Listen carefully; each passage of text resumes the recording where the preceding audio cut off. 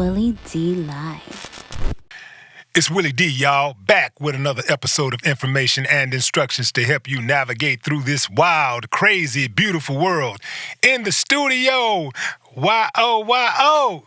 Yo, What's up, up, baby? Willie D? How you doing? I'm doing amazing. How are you? Good to see you. Man, this is beautiful. Me and Yo-Yo go way back, and we've never had a chance to really just sit down and talk publicly. Yes. We had a lot of private conversations where we Yes. talk about everything under the sun, Yes. family, politics, social issues, and all that kind of stuff, just checking up on each other. Yes. But it's my honor to have you on the podcast. Well, thank you. It's an honor to be here and to see you doing so well. Thank you. I feel like you're my hip hop brother. That's right. That's And, right. Yeah, we grew up together, and I love it. I love seeing you shine. I love your podcast, and I'm happy to be on it to talk. Like you said, we talk about everything. So Absolutely. I'm glad to see these. I'm glad to hear these questions.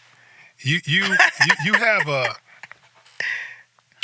have like a very direct message of women's empowerment. Yes. You know, your message is one that's uplifting. It's always positive. You always are about progress. Do you think that hip-hop culture today represents the empowerment of women like you envisioned it would when you came into the game? No. I mean, I think that a lot more women have had the opportunity to really step up and do some things that we weren't able to do. Like what? I mean, to not have to have a gentleman walk you into the room and get signed. I mean, a lot of these women are, they're making their own decisions. It took a lot for when I was coming up to even make my own decisions. Mm-hmm. Nor did I think I had that kind of accessibility to do it. But yeah, I think a lot of what I envision for women, I mean, I saw the change as soon as I stopped doing, when our generation was on its way out and Little Kim and Foxy Brown were on their way in. Mind you, 94, I had just came back from D.C. on the Air Force One with Congresswoman Waters, where they were trying to censor rap. And my publicist and we sat together, and they helped me create this speech that I was going to deliver, that I delivered before Congress. And in that speech, it was just talking about, how we had the rights to voice our opinion and have a right to speak. I always joke, I always say, if we could have policed our own music, that would have been great. Unfortunately, what I'm seeing now is I'm seeing a lot of artists get prostituted, females, and, of course, foreseeing what today is and not really knowing what today is, I say, well, wow, they too will go through it and come out of it the other end, see it for what it is. But the generations are just so different. I mean, we were so different growing up. I mean, our mothers were in the home. I mean, we respected our elders. There was just certain things we weren't going to say out loud, even though we had a right to speak and say what we wanted to say. I just think as far as the being a lady part, being a woman, you know what I mean? We took it too far. They say it's a whole thing to say a guy can do it. Of course, you can do it too. I mean, sell your ass, go right ahead. I mean, you know what I mean? Show the inside out of it. I mean, but is that what we trying to, is that what the message of hip hop is all about? It's really not. I mean, but I've learned throughout my years of being an artist that the less I say, the better off I am. Because people say, oh, you're just an old artist. But yeah, experience has taught me things, and I do have an opinion about it. Yeah. I suspect that some of the stuff that women are saying today, when they get more mature, they won't be saying those same things Right. in their 30s 40s or 50s, and I'm sure a lot of Or they them, might. they'll still be rapping, because rap has evolved to where you can't just really put a cap on it now. You can't just say, oh, you 50, you can't rap no more. Or you look like a chump Right. rapping at 40 or Right. 50. Why do you think that people try to put a cap on hip hop when they won't put that same cap on R&B or jazz or rock and roll or blues? I don't know. I love to see him go. I always tell, because I'm out there and I haven't stopped performing, entertaining, working in the community. If someone sings to me, no matter what age they are, I loved when American Idol came out and all these different shows. I used to have a best kept secret in Los Angeles where I would have artists all different ages come up and perform. I mean, because that's what entertainment is. So it never really bothered me. I don't know why they put a cap on it. I think hip hop really has not really gotten its chance to fully grow where people have that respect for it still today. Because artists such as ourselves, you think about getting back out there doing an album. I mean, and I want to so bad, and I'm, working with a guy in Atlanta to get back out, but I don't want to do an album. I just want to do it because it's something I love to do. I want to just put out music the way I want to the way I did when I started, without having the pressure. And God has allowed me to not feel pressure that I have to do it for money. But there's a degree of difficulty there associated with just putting that record out because it costs you money to put that record out. No, not necessarily. I mean, I've created a lot of resources and relationships along the way. I mean, and I'm not just behind the scenes, so it's easier for me. I mean, like I said, I work with a lot of kids, a lot of the people that I work with in the community. Radio is out there. I have relationship with people that's on the radio now. I mean, I'm in 36 markets a year with the Yo-Yo School of Hip Hop National College Resource Foundation. So I meet these people. I mean, it's easy to tell a DJ, hey, throw this on, let me feel, see what it feels like. I mean, I've done it before. However, what I'm doing now is I just need new music to perform to. Yeah. Who have you partnered with your school, the Yo-Yo School of Hip Hop? The National College Resource Foundation, Black College Expo, and we are, and the college has a bunch of sponsors. The Army sponsors the National College Resource Foundation, U.S. Bank, a bunch of people. Yeah. Do you feel that there are? Well, let me rephrase that. Mm-hmm. Do you have any evidence of youngsters who are interested, the young women who are interested in getting into hip hop, but don't want to do the prostitution music? I mean, I tell them, I say, listen, it doesn't matter what you talk about, as long as your soul is in it. I mean, that's what's missing. When we were coming up, my hardest job was trying to figure out, how do I find that happy medium? And to me, that happy medium would equal success. I couldn't do it.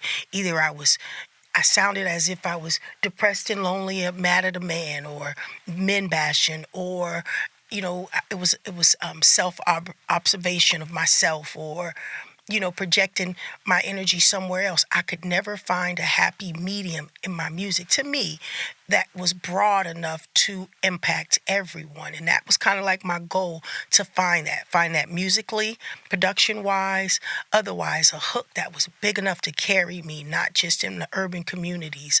I was just, how do I expand? And then came Lauryn Hill. And he's like, damn, did you hear Lauryn? Like, shit, that's what we wanted to do. The team that she worked with and herself were able to kind of bring all of that energy that women were feeling, and have it where people weren't so focused on it being negative, or it being directed against men, or directed against women, or she's trying to sell sex. She found a way to make it sexy, get a point across. People can dance to it, bump it in their ride, and love it, and create some classics. That was kind of hard to do. So she was able to do it. Yeah, she knocked it out the park. Yes, she did. But even so, there was still some women Mm-hmm. who criticized her for her music, for her saying, like, really, it was that song. What was the song which she was girls, you better watch out. Some guys, Some and she guys didn't lie. only She but didn't lie. the trip part about it is that she gave you the yin and the yang. She gave you both sides. She told the guys to watch out, and she told the girls to watch out. But I remember I was with this chick from Africa, and she was like, "Yeah, well, that's easy for her to say. She's just talking shit, like." And I'm like, what are you mad about? She gave you both sides. But music is not even to entertain like that. I don't even think music, and that's what I wanted to get out of. It being gangster rap, it being I like freedom of speech. Like, I say to the kids who rap, if you love it, your job is to find your truth. Your job is to find the dopest beat. That people don't just not sitting there listening. They don't want to go to school. They don't want you just preaching to them. Find a beat that people want to party to, and slide your message in there if you got a message. But really, people only walk away with the hooks nowadays. Back when we were coming up, we knew all the lyrics. The kids probably today know all the lyrics, but we knew all the lyrics. I just had a thought. What? I think you infiltrated hip-hop, reality rap, when you joined forces with Cube. I've just really thought about that. I've never really just really thought about it, because I'm really just, when I think about your message and who you are, I think about that uplifting, positive spirit that you have, and that woman's empowerment thing that you have going on. When you did the song, Bonnie and Clyde? America's Most Wanted. The song that It's you a did Man's with World. It's a Man's World, right? When you did that song with Q, Yes. did you have the foresight to know that, okay, I'm gonna do this, and I'm gonna be as raw as possible, but I'm gonna put this message out here about how, a woman, we got something to say too. We're empowered, but at the same time, I'm going to show that I can still be feminine. Because to me, No, I fought for femininity. That's what's I missing. I fought for it. It wasn't that. Cube had a vision. Cube had a vision when we first got together. Cube heard about me, of course, through JD, and that was always my message. I was a battle rapper in school. We always had the hooky song, so every talent show we were in high school, all the kids would come back and sing it. They knew the Def City girls are in this place, but the whole crowd knew it. We would do it. It was a part of our slogan, a part of our group's song, and everyone knew it. When I met Cube, N.W.A. was out doing their thing. I never in a million years thought that I would sign with N.W.A. At that time, Michael Conception wanted to sign me. He was coming around and knew that I was doing music, and he was signing artists.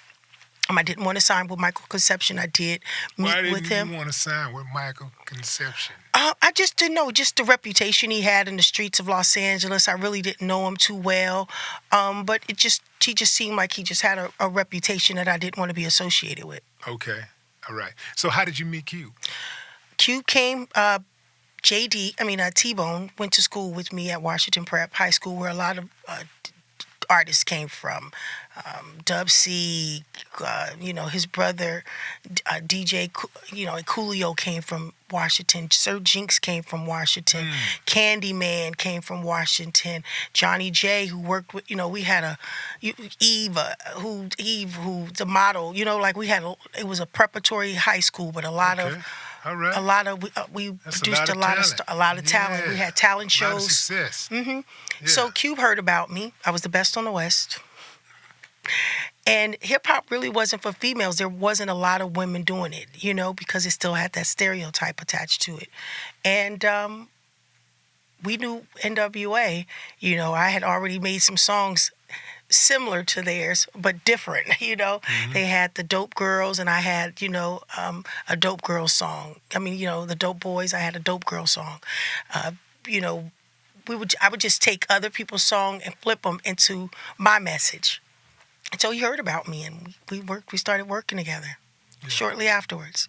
And I realized I was afraid to meet him. I'm like, oh, I'll be calling you a bitch. I don't know what the hell, But he wasn't like that. I got to meet. You thought he was going to call you a bitch? It's like, I don't know. I was just a young rapper. I was just doing talent shows and stuff, and here they were on the radio. People, they were famous in the community. This is funny to me. It just took me back. I was in the club once, and I saw this girl that I liked from across the room. So I started approaching her, and as I approach her, she's standing with like 3 of her buddies. And as I'm approaching, you know how women get that look like, is he coming over here? Her eyes are getting bigger. So I finally stepped to her, and then I said, how you doing? My name is Will. And she was like, oh, I thought you was going to call me a bitch. I was like, where you get that from, man? I'm not a savage. Damn. That woman was like, yeah, she said, I thought you was going to call me a bitch. I said, yeah, no. I know, right? I can be a gentleman, The perception preceded you. Yeah. What was Cube's demanding work ethic like towards you? I mean, Cube was about the same as he is today. He was serious about a project. I mean, I don't remember us wasting too much time. We would work. I was just graduating from high school. We would go to his mom's house and we would write and work. And, he'd come back. Cube, he was always, I had to tell him, like, hold up, you're not going to write all my stuff. Wait, hold up. Because, he would come with ideas. And what he was doing was creating the image. He already knew that I was standing up for women. He knew, wanted to bring that in. But his work ethics was, he was about his business. Well, I know what his work ethic is. I just wanted to know, how hard was he on you? Oh, no, he was serious. I mean, shit, I slept in the studio many a nights, overnights. Yeah, we got the job done. I never really complained. I guess that's why, we had to show up. I was never not showing up. Were you cognizant that you were going to be pretty much the label, the female? You was going to be the what's the term that people like to use, the captain of the ship. No, just joking.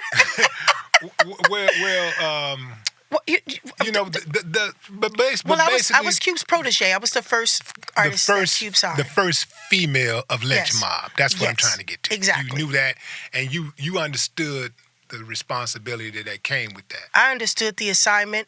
It didn't bother me. It wasn't anything hard to do. I battled dudes throughout my whole high school. I was in many talent shows from junior high to high school. Being around the guys was just me doing what I loved. I was in part of a youth program where all we did was music, 333 in Lamert Park, which is still in existence to this day. And we would go over there, and he had a studio there. We would write and work. I've just fit right in. I just felt like I was one of the girls one of the guys, until I had to make myself known, like, hey, I'm a woman. Yeah. Nothing bothered me too much until I had to, like, put my foot down. Don't take my shit, don't eat my food. You're not going to kick me out the back of the bus, all of that good stuff. Yeah. But other than that, it was just on the road and working with the guys to get some things accomplished. Yeah. You following this Diddy thing at all? I did. I am following a little bit, not too much. I'm actually sick of the Diddy stuff, But we when we came up, we all knew that there was freak parties. Yeah. I didn't know to this extent. I still don't know. Right, not those what type they're of doing. freak parties, though. Right. Well, we heard about those type of freak parties. Yeah, you knew about them. Yeah. You knew about them. Did you not know about them? I knew about them, but I never. Let me put it like this. Let me be completely transparent. I've been to some freak parties, right? But those freak parties were on such a level that those were like, my freak parties were like elementary. That it's like graduate school freak party type thing, what they had going on and what they talking about that they were doing. Like, man, Yeah. yeah, that's Have men ever came on to you in this industry? hell. If they did, I didn't catch it. Yeah. Because if I had, they would have caught it. Because I hear so many people say, yeah, they're crying out. They got their lawyers sitting behind them, and they're saying, yeah, I was approached, I was mishandled. I'm like, really? Now, here, all of these years, journalists have been asking women, asking us, how do we keep women safe in this industry when all along they should have been asking us how to keep these boys safe Yeah. in this industry? Yeah. Because, lo and behold, they're the ones who were more compromised than women. I mean, you have more men coming out in this situation than I've ever seen with one artist. They know they beans from their cornbread. In other words, they know who to try and who not. Yeah. But it's the way you carry yourself. Yeah. If you carry yourself like you got girl in you, they're gonna expose you. Yeah.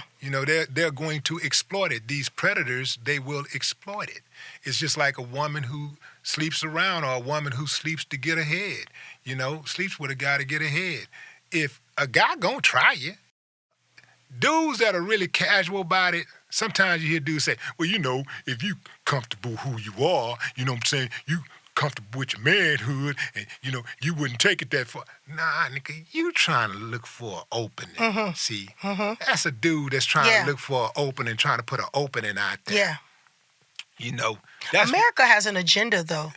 I mean, sexuality has always been something, but America has an agenda. If you've kept your eyes open, we've seen this. I mean, when has who folks slept with been a big issue?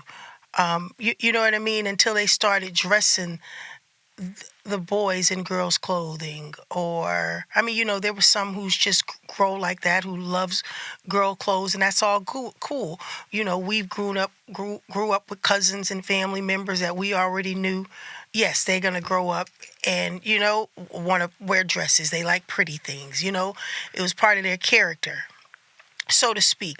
But when you start seeing the department store dolls changing their looks up. I was just watching this, gender role, almost like you say, they're gentrifying these neighborhoods. They've done the same things with humans because, nothing has really changed. Men who like men would be with men. Women who like women. It was not this big, it wasn't so much. So to speak. It wasn't the overt exploitation and the push for it. Yes, and now you see the push. You see it, and now you have to worry. I hear people say, "Well, what would you do with your kid? Oh, boys can play with dolls, and girls can play with trucks." And say, okay, all right, yeah. And then what?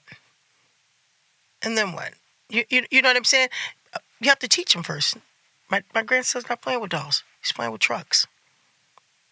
And I'll tell him, hey, listen, girls play with dolls, boys play with trucks. Go on over there and get you a truck. That's just the way I'm making them up. Now, if life turns around and he decides to go a different way in our house, these are our rules. This is the way we run our house. And in different homes, people do things different. That's why you have that word called guardian.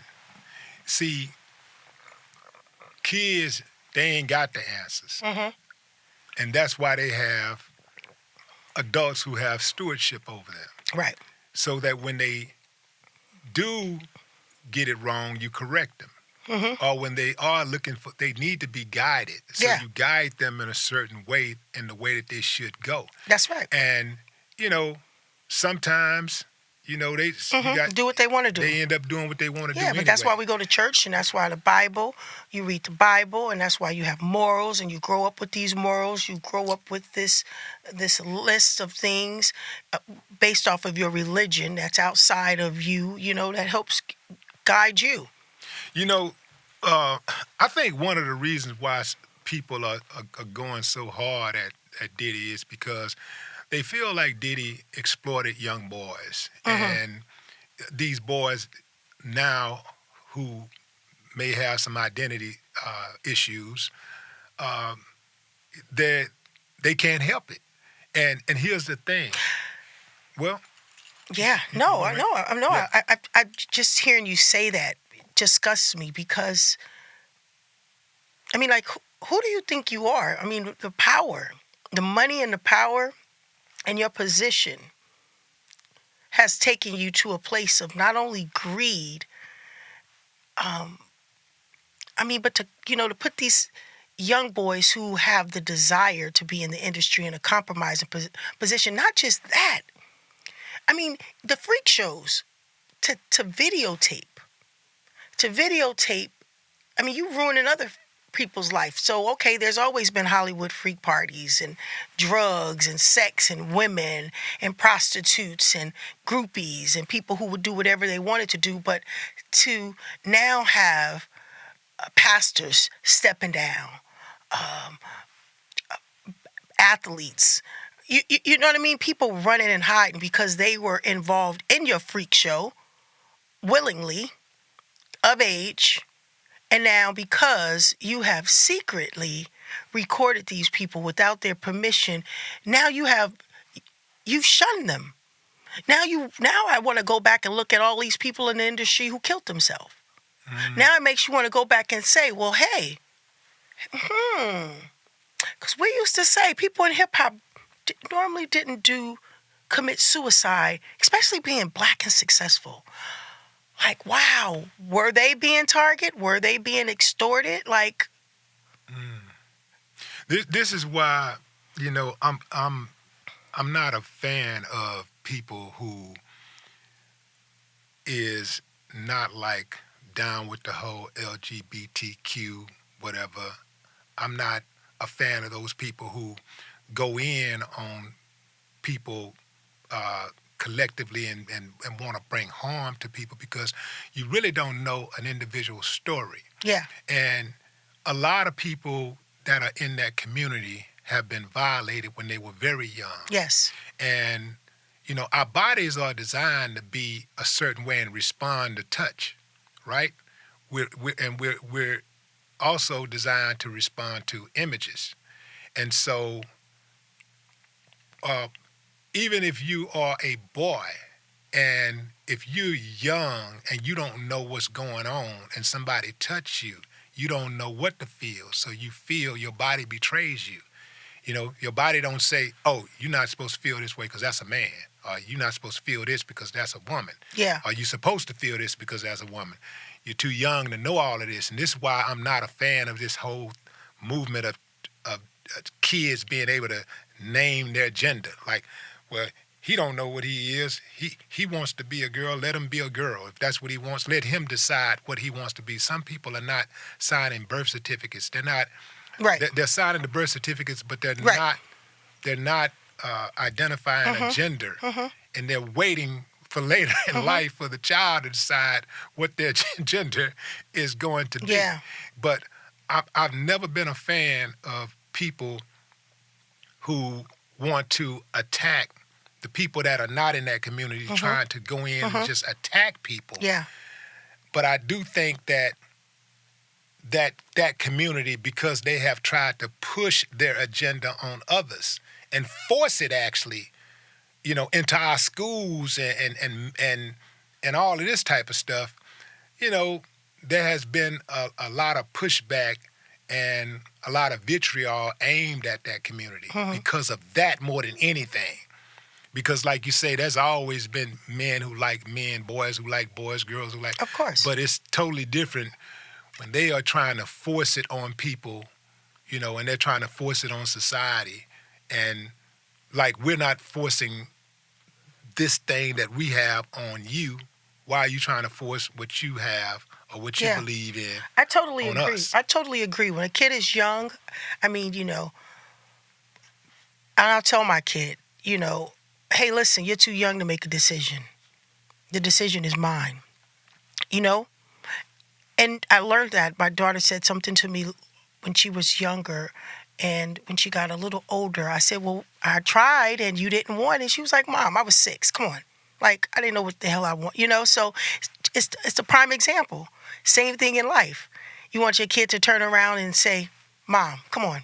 I was 13. How the hell you let me make that decision?" Like, you know what a 13-year-old is. You know what we're going to continue to change. So kids do explore. Girls do kiss girls. Boys do have what do you call that? Cuddle buddies or whatever you call it. I'm saying, people that they just love on and not really understand that kind of love. But with the push of the agenda, so to speak, as you're saying, and giving it a definition, they're like, oh, well, maybe that's what I am. Maybe I'm a lesbian. or trans. I don't know all the names, but but no disrespect. But I'm just saying. Dave Chappelle antagonist is going to come for you next. No, that's no disrespect. I'm not here. I'm not bashing anything. This is just my opinion. In my house, I try my best to. I have 2 daughters. But I have a grandson. So, my goal is I want him to grow up and enjoy manhood. Yeah. As a young boy, that's what I want. However, if my grandson turns around and wants to date a young boy, when he gets older, it's not because we allowed that stuff in our home. Not like that. Do you understand what I'm saying? Would you still love him the same? Without question. I have my family has experience. We have bis, gays, lesbians all around me. And I'm not judging them. I'm just saying it is a great topic to talk about, because when you're raising kids and you're surrounded, and we're talking about influence and working in the community and talking to kids and seeing how boggled their mind is and how indecisive they could be, and really they're lost, and really they want love, and they want you to listen to them, and like you said, that touch matters to them, and they don't know if it's coming from so they're just looking for that attention. And so when you're out there in the community, these are great topics to talk about, because there are some people who don't know what they want to do in life. They don't know who they like. They just want to be loved. And wherever they can get that love is where they get that love. That's why you see some young, pretty girl with some old bastard. You know what I mean? She's not really getting love. She might get the money, but she deserved to be with a young guy her age, live that, you know what I'm saying? And not have a dominant father figure to, you know what I'm saying? But and then they grow up and say, yeah, he treated me like I was his kid before, but it was all good and dandy, because what she needed was a father figure. You know what I mean? And what he needed was a soft, tender woman to listen and obey, and he got that from, a gentle young lady. So, Why is it so hard for older women to listen and obey? Why is it so old? Because after you let them go so hard, you can't tell them shit now. It's like, listen, you didn't let me do all this damn work. You want to tell me what? I've been taking the trash out like this forever. Now you want to tell me what? Those bags don't work in this trash can? No, I think, I don't know. That's a practice for women to try to soften themselves. Life we've been doing it so long, and I know I wasn't this hard growing up. I really had to, check myself after a while, like, okay, I'm getting way too hard. My language, cursing, and, I just soften myself back up. Get back into church. Let me just humble myself again. Let me start over again. I don't want to get too aggressive, shake it off. And I'm glad you said that, because I'm going to tell you something. It's an old saying, you get more bees with honey than you do vinegar. Yes. And I just don't think that women really realize the power that they have in their tongue and in their brain. Yeah. A lot of women, they choose to be masculine, to have that masculine energy. And they think this whole thing about... As I crack open my beer. Yeah. They think being powerful is acting like a man. They think having autonomy of your body, it means that you act like a man, you do the things that men do. Men have made women so hardcore. No, women have made men so hardcore. Men have made women so hardcore. No, women have made women so hardcore? I mean, because you know what it is. I mean, babe. Watch this, yo. Watch this, yo. Watch Yes. this. Watch this. Yes. Okay, you just said men made women hard, right? Yes. So why is it that women get that out? Why is it that women get to blame men on a deficiency, but for their attributes, they take all the credit? Like for the things that women do right, they say it's all on them. They never say a man taught them that. A man gave them the game for that. Well, but they take some all of the them do. credit. Some of them do. Some of them I'm do. you know I'm speaking in general. Yeah, but I'm saying some of them do. In general, for the things that women do well, they take all the credit. Anything that happens to them, Because I in think general, like showing. I mean, you think about just when I even think about powerful women, and I see many beautiful, successful, single black women in this industry, and I'm just like, damn. I'm just wondering, like, I wonder why she doesn't have a man, or, why isn't she with, And what do you surmise? Why? Doesn't this single black successful, at least on paper, woman have a man? I mean, I'm thinking maybe for some of them, maybe they were married young, and the relationship just didn't work out. And, the roles change with women and men. And some men want women to be submissive and to submit when a woman has, play this role, has to go out and work, has to come back and take care of the kids, have to put dinner on the table, have to create a relationship in this home for the family. But never grows.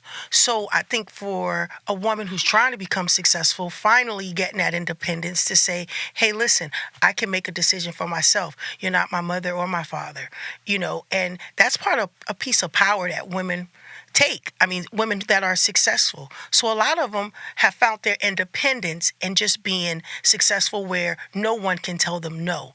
They could go with their idea. If they like it, they could try it without someone saying, no, don't do that. I don't think that's a good idea. And it's like, hey, listen, I have a brain. Can I think of the idea for myself? And that's where a lot of women go wrong, because some of them are so successful. That's where you probably get the back talk. Like, who the fuck are you talking to? Like, duh, I'm making it. I mean, like, I got it on my own. Hello. However, yeah, I do like to be subtle. So here's the here's the problem with that attitude. Yes, tell me. It's not working.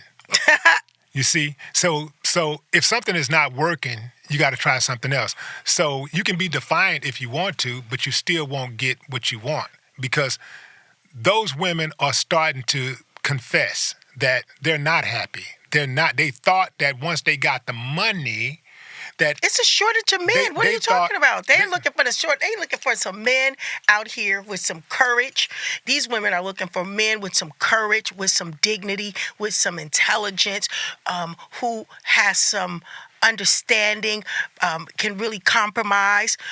You know what I'm saying? They looking for a partner too, not someone to dominate them, but someone that they can be truthful to.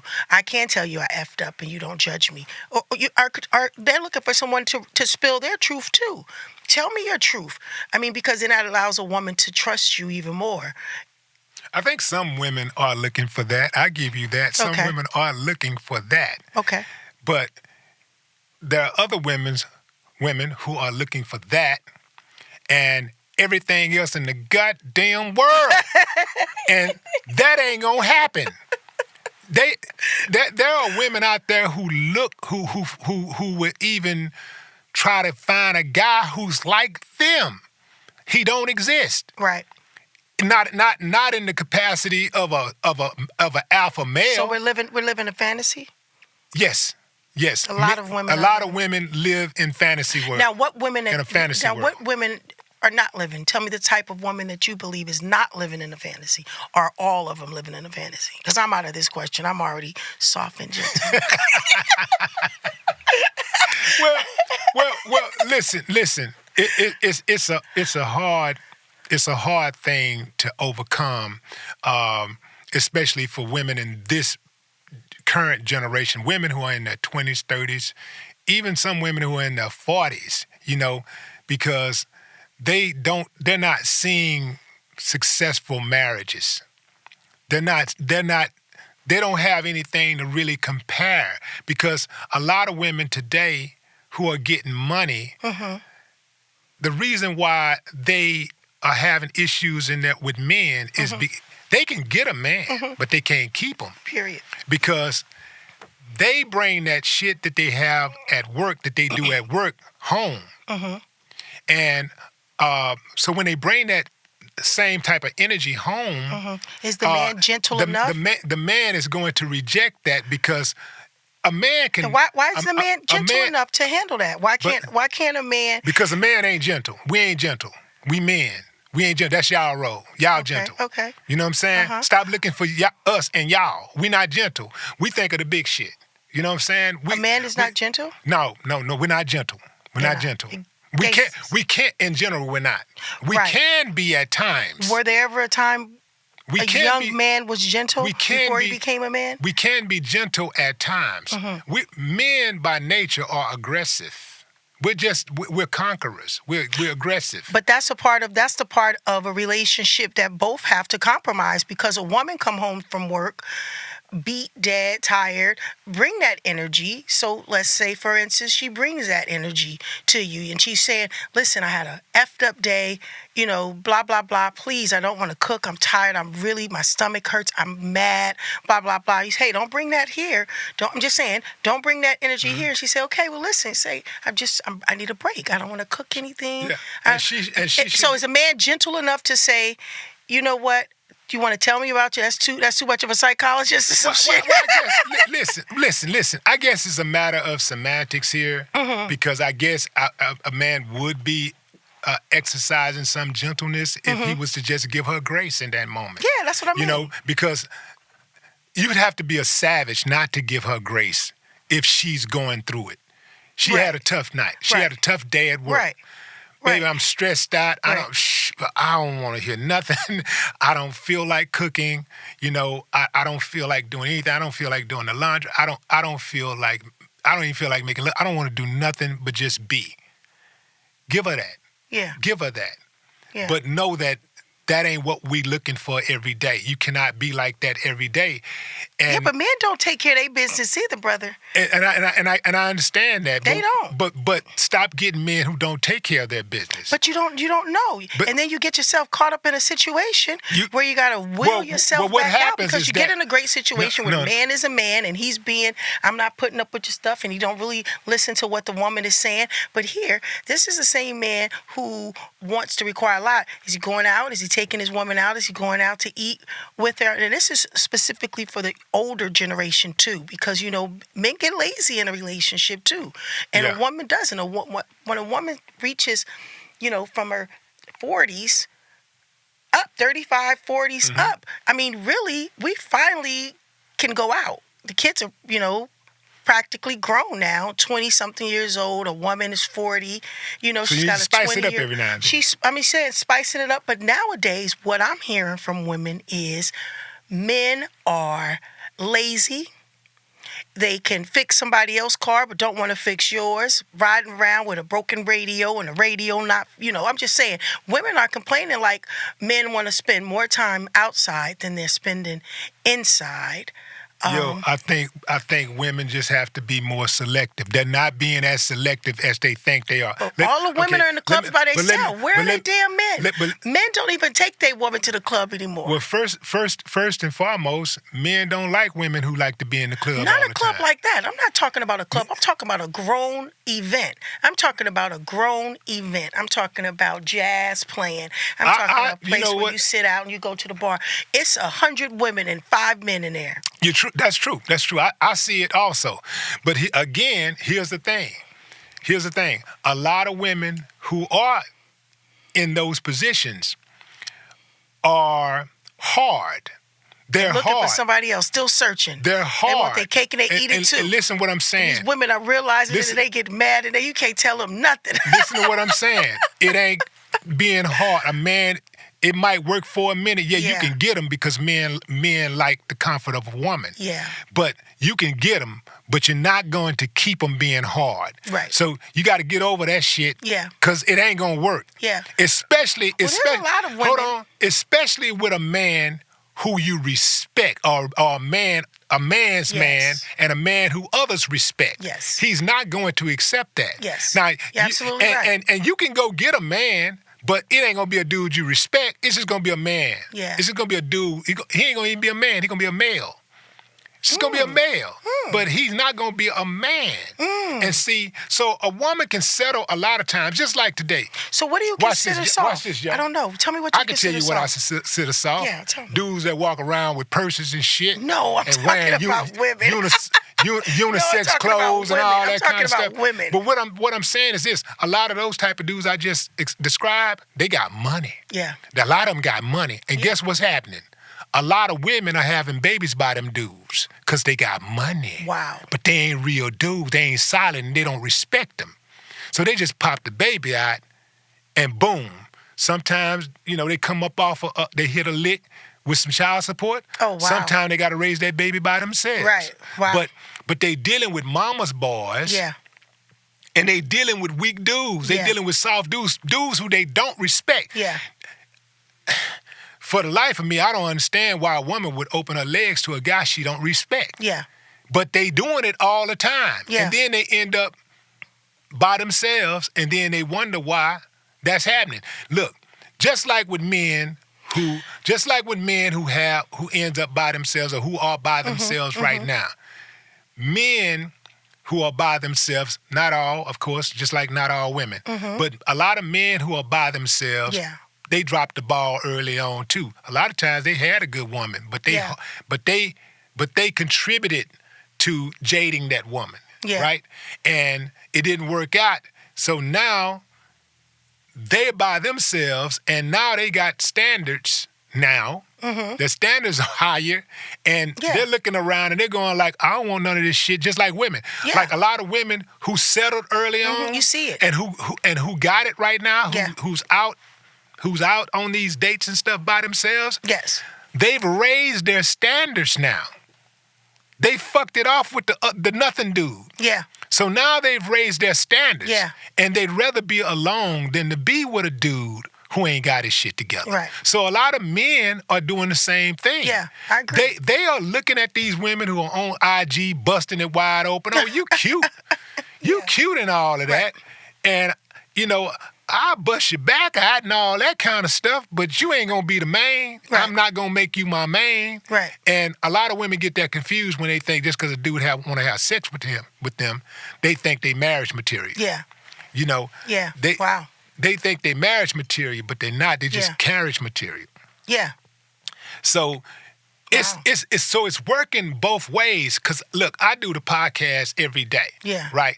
And I'm hearing both sides of the argument. Yeah. So I know what I just said is gonna run some women hot. Some people gonna take it and run with it and go crazy with it. Yeah. But I'm telling you what. Well, you sound like a man. What I'm hearing on both sides. But you what sound I'm like hearing. a man. But you sound like a man too. I think that you have a lot of successful women who have to remind themselves to soften up because, like you said, you could take a compliment. We went to a game. A beautiful girlfriend of mine had this gentleman trying to holler at her. At the Steelers game, just trying to talk to her. And, she was just being, just rude. And I was like, but you could just say hi.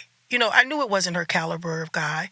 I knew it wasn't something, but, I mean, just be kind, just say hello, thank you, no respect. You can back up, or I don't know how to do it. We have security there also who would say it. But I'm just saying, I think women have gotten hard in that aspect. They have these standards that they want. They don't want you playing with me. Don't even play with me. Or you have some who are just looking for a quick come up. Yeah, and those women, they don't mind playing with dudes. Yeah. They want to play. Yeah. But they don't want nobody playing with them. Right. But that's just the same thing you were saying before. Those people get what they give. Yeah. Yeah. So the pickings are thin out there for everybody. For anybody who has, let me back up.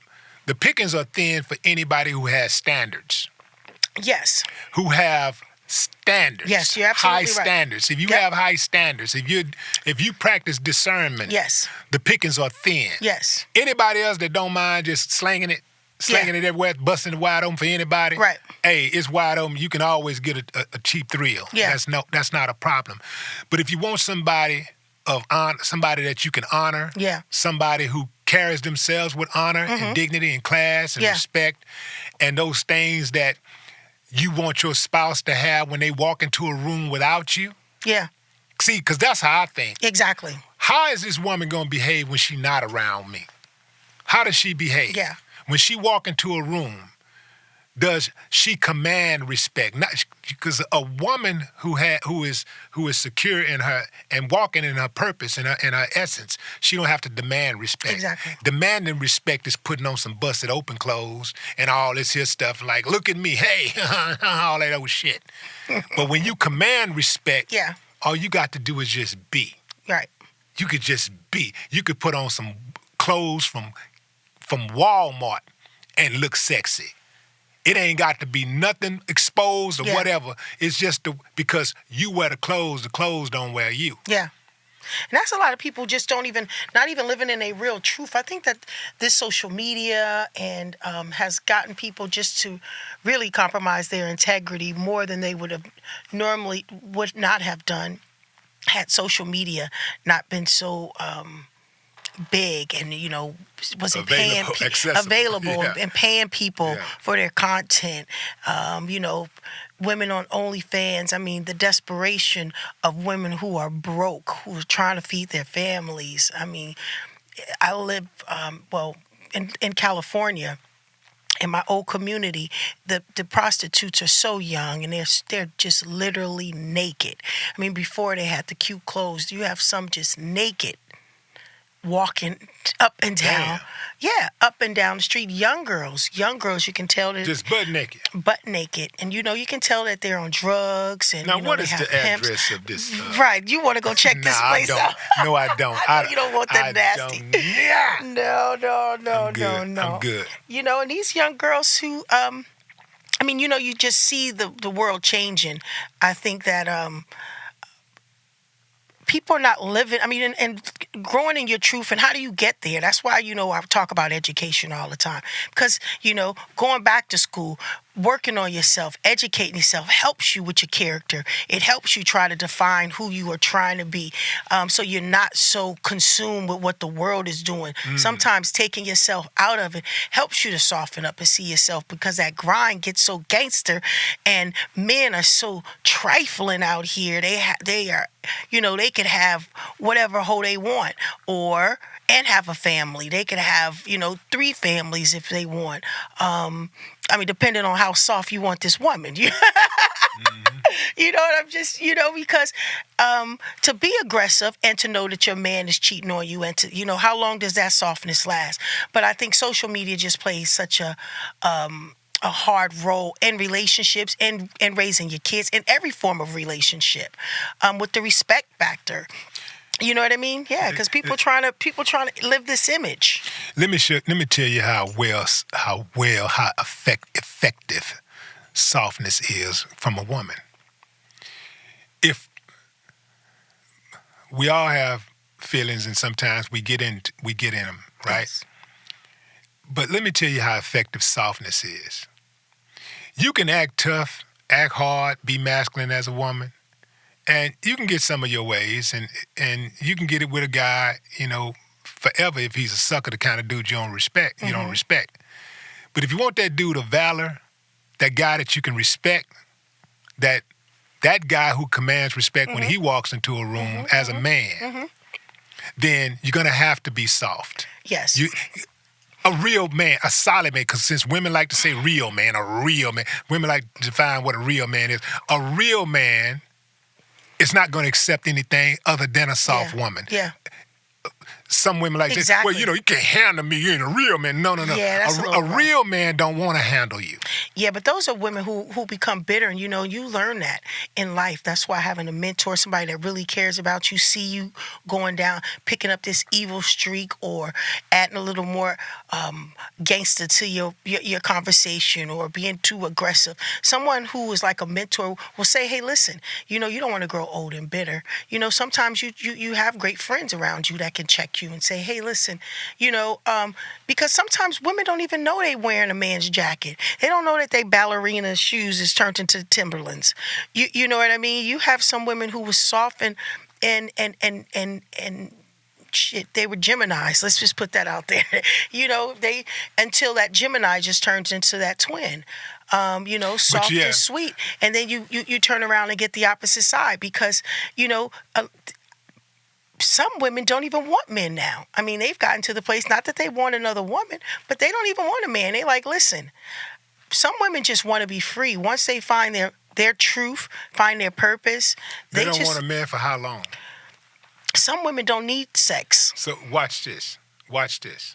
Some people say, listen, I don't want it. As human beings, we were made for companionship. Of course, without question. We are made for companionship. Mm-hmm. So when a woman say that she don't want a man, that's for now. That's right now. That's just but like, you have older women who have grown up and say, even an older woman, I don't wants care. Yes, she wants companionship. 78, but no, she say, hey, listen, Leroy stay over there at his house and I stay at my house. But she still got companionship. But she still have Leroy. Yeah, you're right. Okay. We are made for each other. Yeah. And that's why this gender war shit ain't going to work. Yeah. Like, we have survived a lot of wars, right? Yeah. Especially as a people. We have survived a lot. Yeah. One war we cannot survive is a gender war. Right. And there ain't a woman made of woman who can turn me against women. I know that's Black right. Black women specifically. Mm-hmm. There ain't a woman out there can do me dirty enough to make me collectively say all black women ain't shit. But the urban community... I'll never get on no dumb shit like that. Ever. Urban communities, these young girls who have these fathers been taken out the home. I know you know the story, but it's rough out there for the urban community when we're talking about Black culture, education, women with kids, not being able to take care of themselves, feed. I mean, it's really gotten bad for young women. Women have taken on this hard role. I hear it a lot in the community. Like I said, they say, oh, yo, we don't need you to do the IBWC right now. We need you to talk to these girls because these girls are getting guys set up and these girls are joining gangs. These young girls are, you know what I mean? It's like it's a big deal right now. So the world is women, not just women in relationships, young girls in school, they're creating their own gangs. Got girl gangs. Yeah. See, that ain't gonna work. See, the world is off its axis. When girls are going around recruiting girls. I mean, I guess it's always been like that, but it's a lot worse now. Are you a Republican or Democrat? I'm an independent. Oh, okay. What do you think I'm about not this Democrat election? or Republican, just an American. You dig what I'm saying? Look, but let me tell you something. I'm not particularly a fan of either party. I do believe that if you start looking at all of the losses we've ever taken in this country, all of the atrocities, all of the setbacks, every single one of them has happened on either the Democrats' watch or the Republicans' watch, which tells me they're on the same team. Those seats that they sit in, whether it be in Congress or the municipalities, they all wield the same amount of power and influence, and the check is the same. Yeah. So whether a Democrat sits in that seat or a Republican sits in that seat. There's no independent running, right? Huh? There's no independent running? They're running, but they got to have a certain amount of votes and this and that. Well, anyway, we don't have a choice, really. There's one out there, but we don't even know him. The bottom line is that we're in a two-party system. We've been forced into a two-party system. And people that want to be engaged in voting, but they're fed up with the whole process, they don't want to waste their vote. So they just go pick one of those guys, But I think if everybody just say, you know what, we're going to go with a whole different party, and I'm gonna stick to my guns. I'm not gonna let them sway me by scare tactics and stuff, because that's how they do. Just tell you how the other, if a presidential, a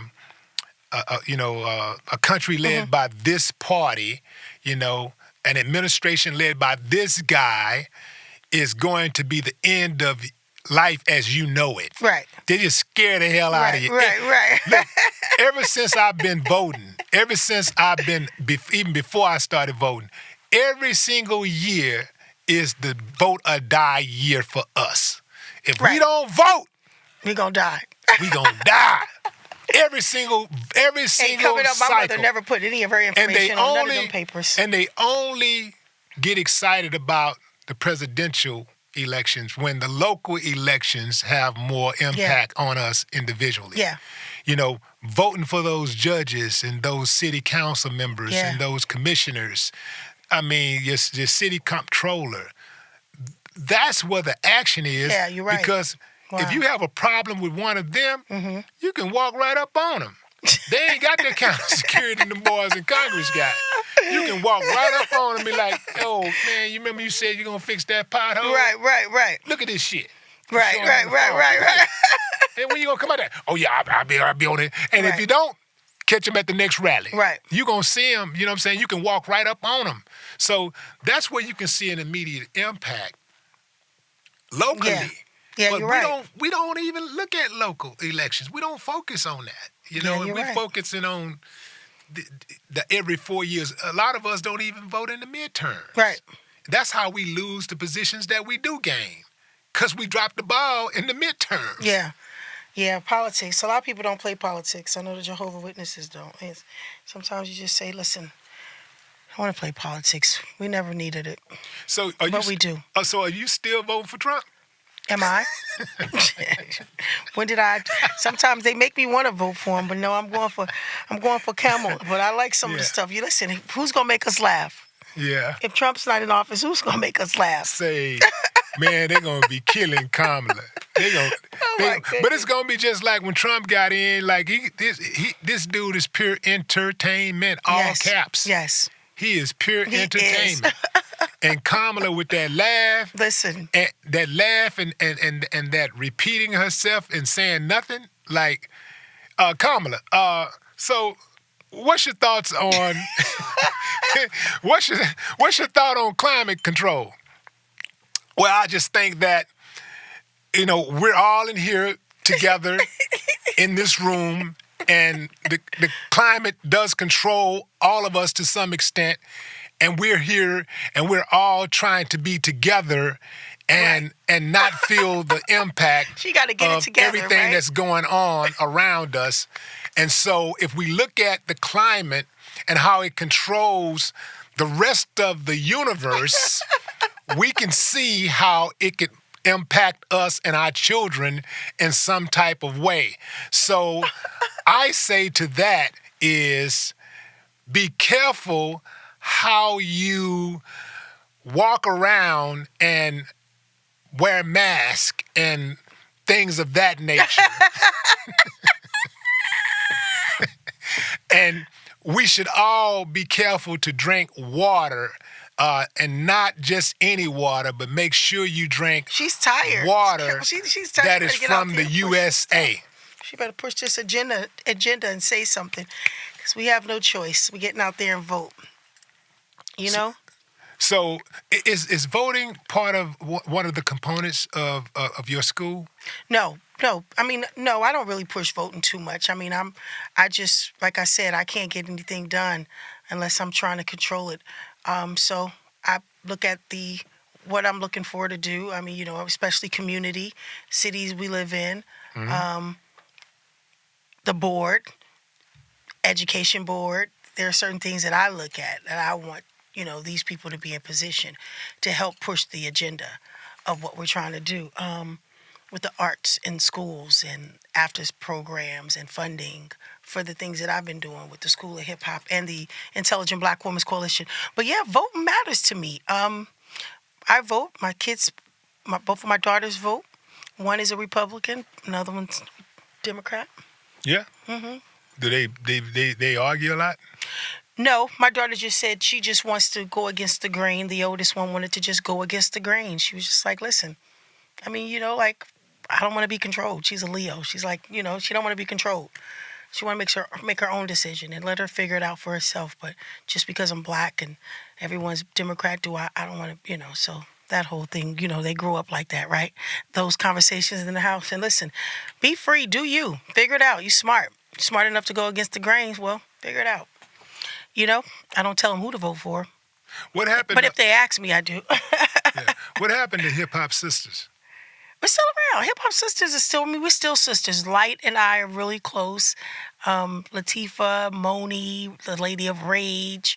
You name it. We All are my favorites. Oh, yeah. We are still man. close. Y'all something else, huh? Mm-hmm. Yep, we are Yeah. still close. Now we're close with their kids. We know their kids, so we're aunties. Yeah, yeah. Roxanne, Shantae. It's really Nikki D. The group is really still alive. Yeah. Can you talk about IBWC? IBWing with my crew, and yeah, I talk about IBWC everywhere, because it's a part of my program. Intelligent Black Woman Coalition. Women's Coalition, IBWing with my crew, and Yeah. so that's been just stuff that and I meet, and that's just who I am as a person. So the IBWC is me talking outside of a club, to a young girl who's lost, who says, "I'm sorry, I know you leaving out. I know you just been partying. Do you have 5 minutes?" A lot of young girls want to come to me for help. The kid is in the system.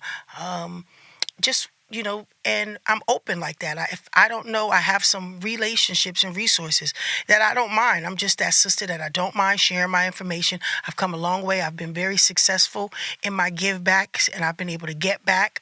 God has opened up some amazing doors where I don't feel like I have to compromise my integrity to get what I want. I've learned that giving has made me get more. So the things that I do now, like I said in my speech, it's easy for me now because before, being just yo-yo an artist kept me secluded. I had to project this image. I had to keep up this image. You can't be everywhere. You need a security guard. You can't go by yourself. And for a long time, I thought I was in jail. Like, I don't like this feeling. I want to go by myself. I want to live. When am I going to live? Like, you know what I mean? Like, Mm-hmm. I wanted to be free. And freedom came with me doing the work, finding out who I really am, taking back my name. Yeah. I've been yo-yo since I was 17, famous. I forgot Yolanda. People would say, "Oh, Yolanda," and I'm like, "You don't know me. Don't call me Yolanda." It was I was kind of away from my own name, Mm-hmm.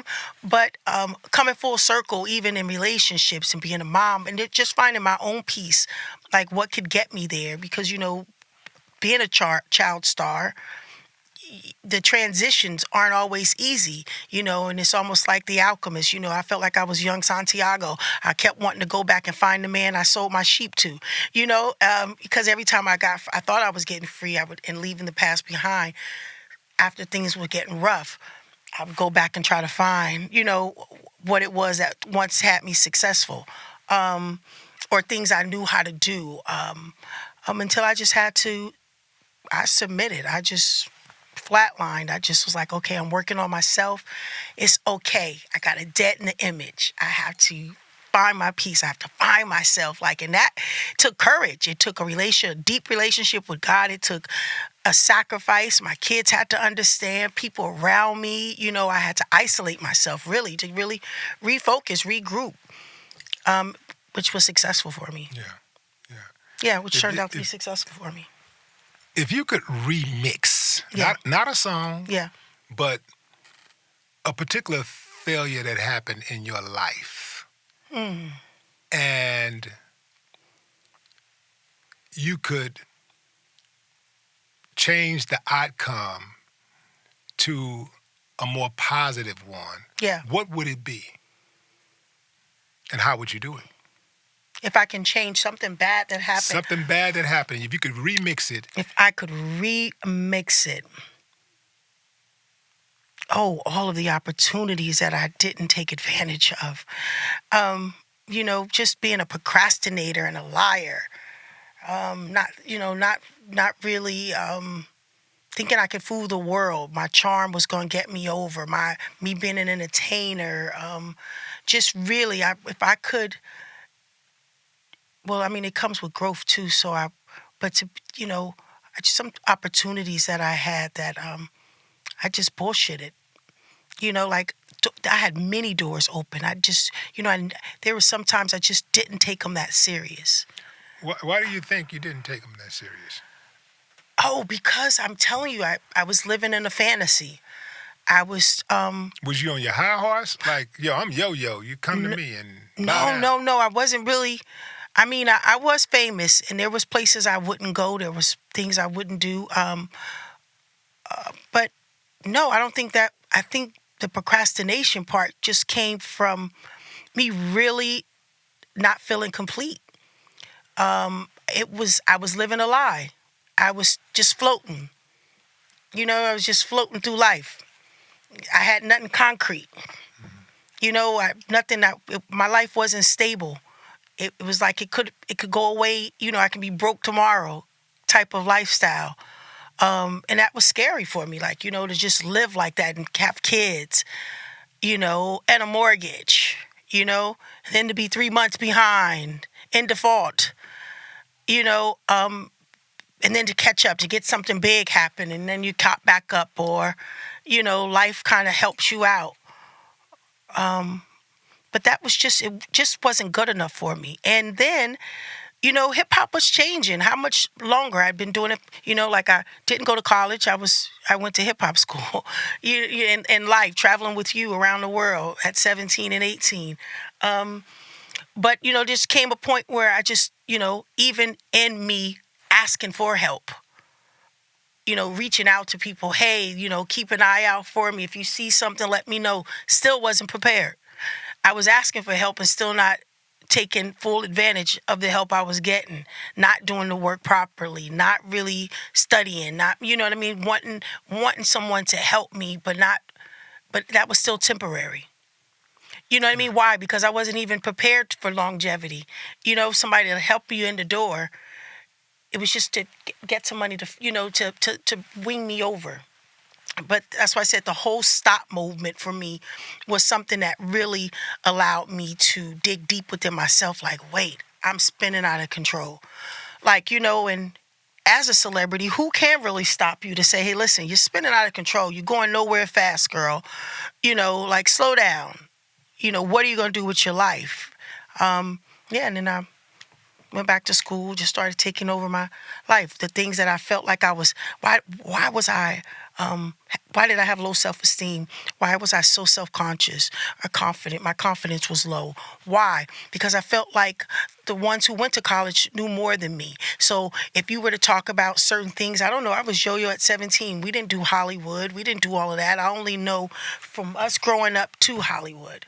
There was no in-between. There was no gray area in my life. So learning how to eat, going to fancy restaurants, knowing the name of a nice bottle of wine, looking at a menu that I had never seen in my whole life, and learning these restaurants, and just really, I, I, I felt safe in this lion part of me where I didn't want to, I felt like I was exposing myself or degrading myself to say that I didn't know.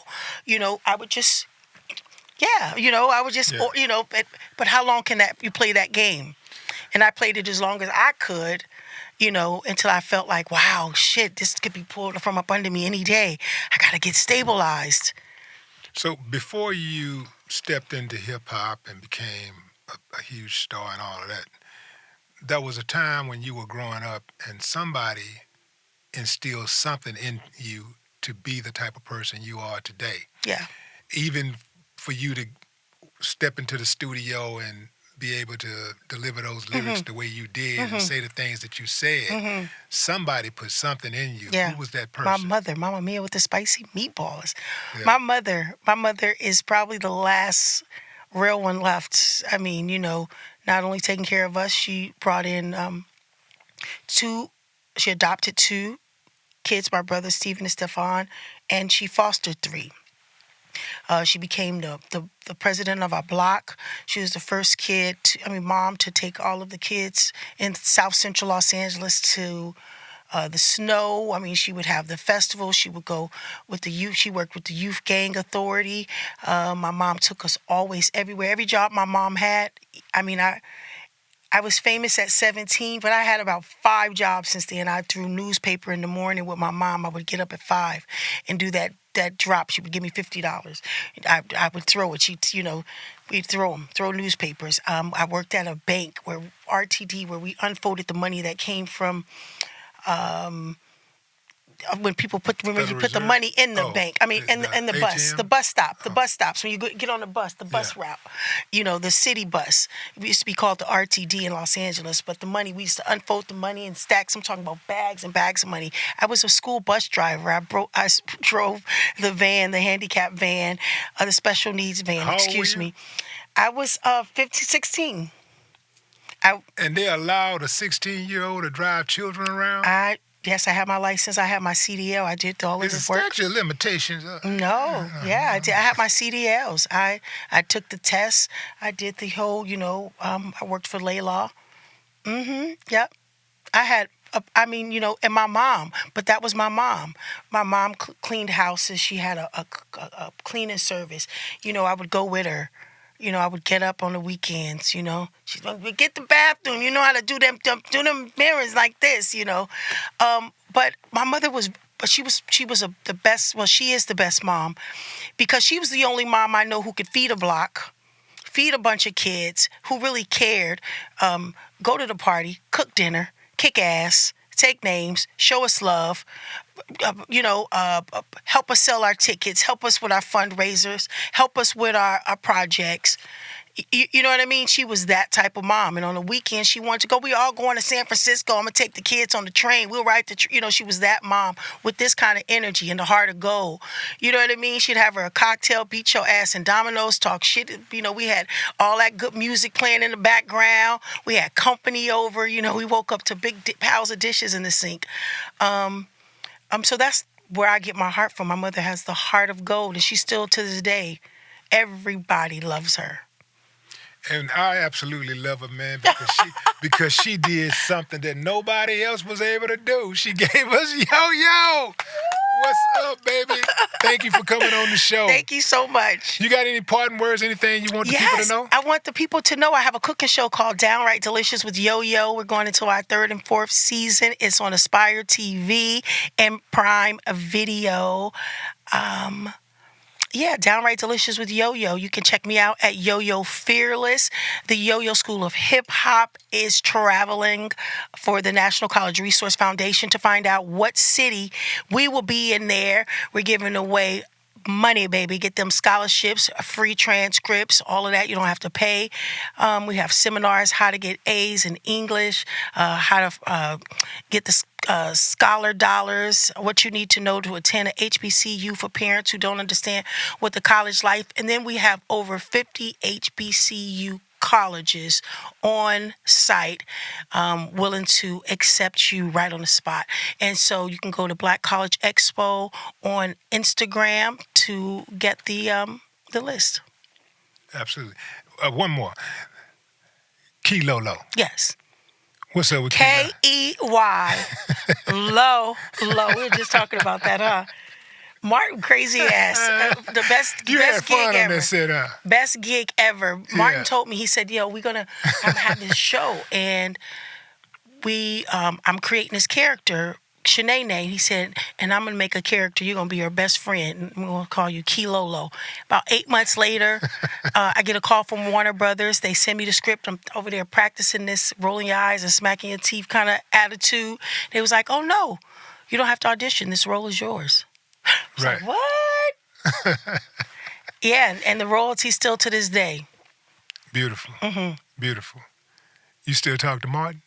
I haven't talked to him. I tried to surprise him for his opening, but we've both been running around. I've been moving around. We have the Universal Hip Hop Museum in the Bronx. Right. I sit on the associates board of directors, associates boards, yes, and representing the West Coast. And we open next year. So have you been to? No. Do you have any memorabilia in there? Has anybody reached out to I you? think somebody reached out. I can't remember. I don't know if I sent anything, But Okay, because finally they say get your own. We have our own. We've raised over 40 million. We got to raise 70 more million. The museum is beautiful. I want you to be represented. So I'm gonna make sure when I jump on our next conference call, I'm gonna talk to someone to get you some memorabilia. We did the what is hip hop treasures on A&E, where I went out. It was me, LL Cool J, Ice T, and it's called Hip Hop Treasures, where we went around and got collecting all stuff. of. Yeah, did you Yeah. have you ever seen it? It's on A&E. No, It's I called think Hip I Hop heard Treasures. about it, but I didn't see it. Yeah, I was the last Yeah. one to interview Coolio. R.I.P.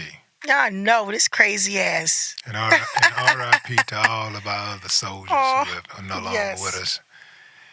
Man, this has been a good one. Absolutely, we got to do it again. But, ladies and gentlemen, Yolanda Whitaker. Yes. Yeah. Dr. Yolanda Whitaker. Oh, yeah. Shout out to my Zeta Phi Beta Sorority Incorporated Sorors. I am a new honorary member of the Zeta Phi Betas Sorority Incorporated. And so I'm so honored. So all my Z5s, my baby say I'm a gangbanger. No more talk.